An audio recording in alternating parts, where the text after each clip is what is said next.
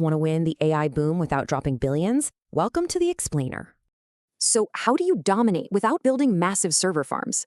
Let's explore two wildly different market-driving strategies. But first, what's actually causing these global markets to surge right now? Well, easing tensions in the Strait of Hormuz are triggering a massive risk-on global rally. First up, the AI hardware boom. The sheer scale of this expansion is literally staggering. AMD's Lisa Su is seeing insane demand, fueling multi-billion-dollar data center expansions all over the globe. Building 6 gigawatts of infrastructure with giants like Meta and OpenAI, yeah, that's the heavy spending path. But get this contrast, $500 billion for the Mag 7 versus Apple's tiny $4 billion.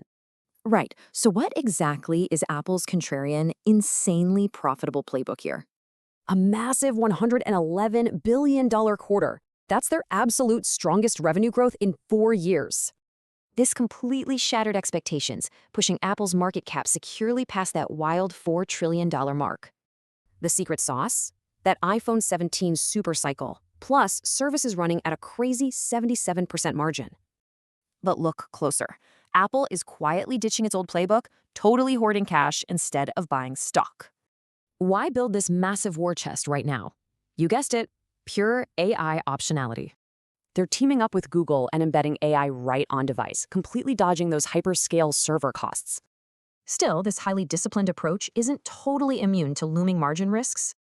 You see, rising memory costs and tight TSMC supply constraints could seriously squeeze those profits soon. All of this sets the stage for a truly historic changing of the guard in Cupertino.